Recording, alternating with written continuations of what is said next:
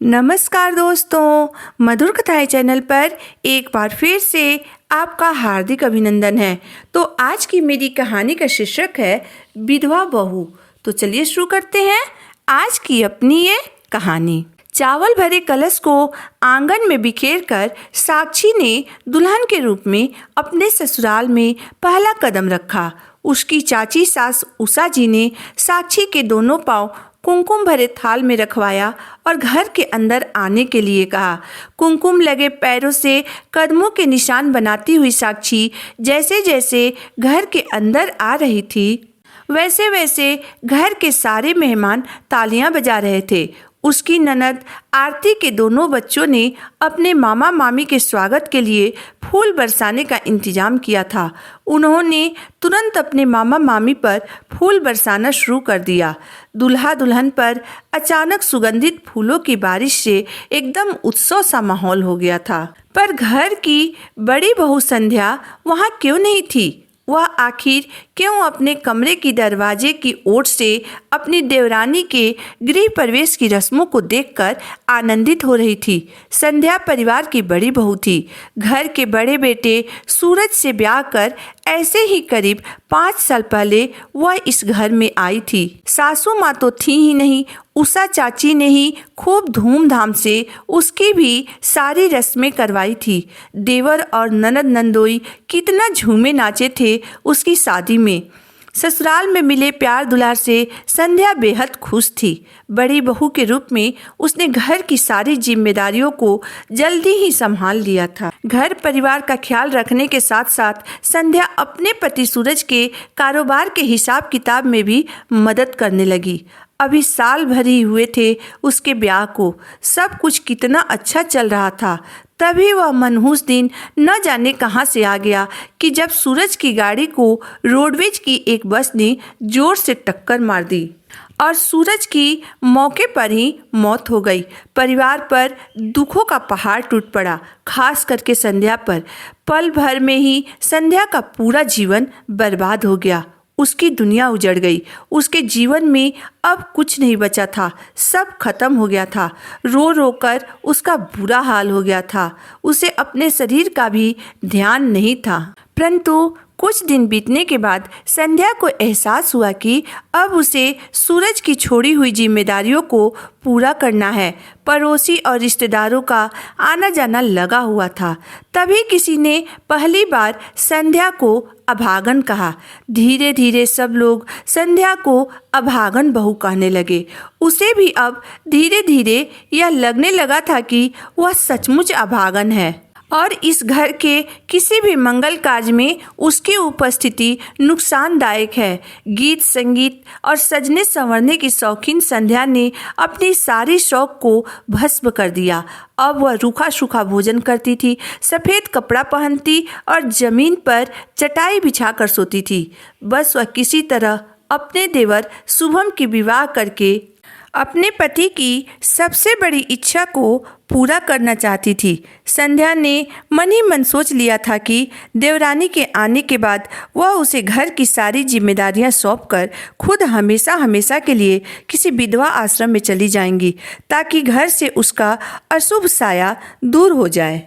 आज यह देखकर वह बहुत खुश थी कि उसका देवर शुभम साक्षी के रूप में उसके लिए एक प्यारी सी देवरानी और इस घर की नई मालकिन को ले आया था। साक्षी के गृह प्रवेश की शुभ घड़ी में वह उसके सामने अपनी सुनी मांग लेकर खड़ी नहीं होना चाहती थी। इसलिए वह अपने कमरे की दरवाजे की ओर से ही अपने पति सूरज के सपने को पूरा होते हुए देखकर बेहद खुश थी। तभी संध्या की ननद आरती अपनी छोटी भाभी साक्षी से बोली, भाभी आप बहुत थक गई होंगी, अपने कमरे में जाकर थोड़ा आराम कर लीजिए। शाम को जब मोहल्ले की औरतें आएंगी तो फिर देर रात तक सारी रस्में पूरी करनी पड़ेगी। इधर रात भर मंडप में बैठे बैठे थक कर चूर हो चुका शुभम कमरे के बेड पर बेसुध पड़ गया था, पर साक्षी एक अजीब सी बेचैनी से घिरी थी।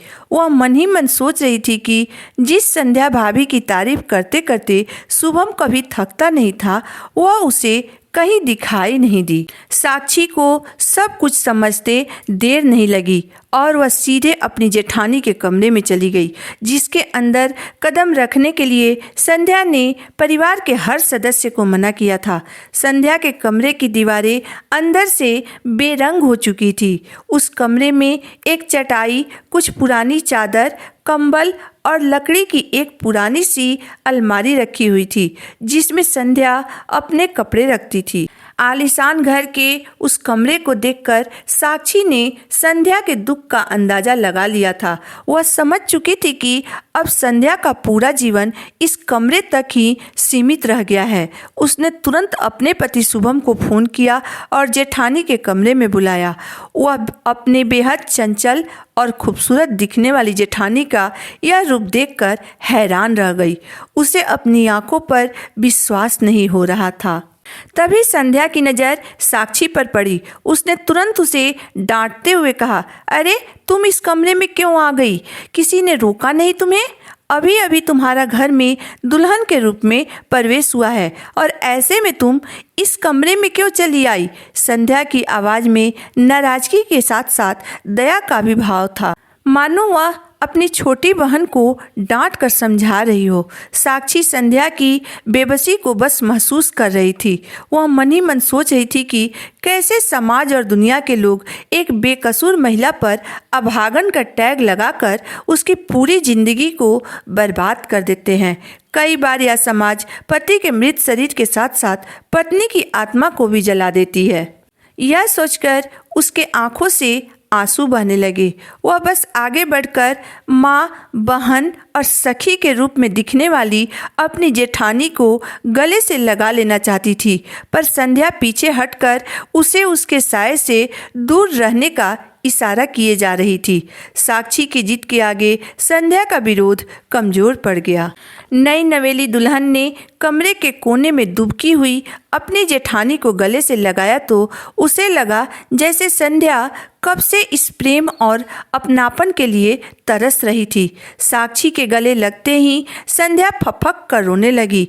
आज उसके आंसू थमने के नाम नहीं ले रहे थे। साक्षी भी आज उसे जी भरकर रो लेने देना चाहती थी।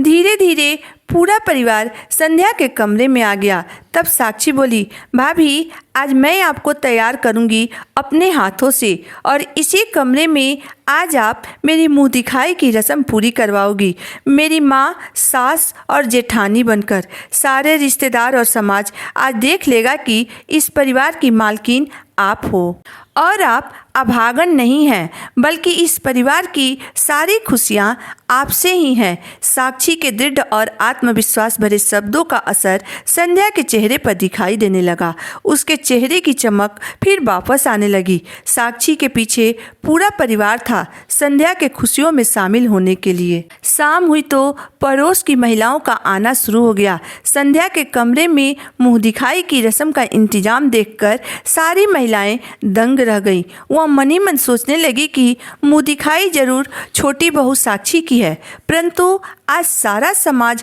डरी सहमी और छुपी छुपी सी रहने वाली बड़ी बहू संध्या के लौटे आत्मविश्वास को देख रहा था। तो दोस्तों, आज की मेरी कहानी यहीं तक थी। दोस्तों, हमारी आज की कहानी आपको कैसी लगी आप मुझे ज़रूर बताइएगा।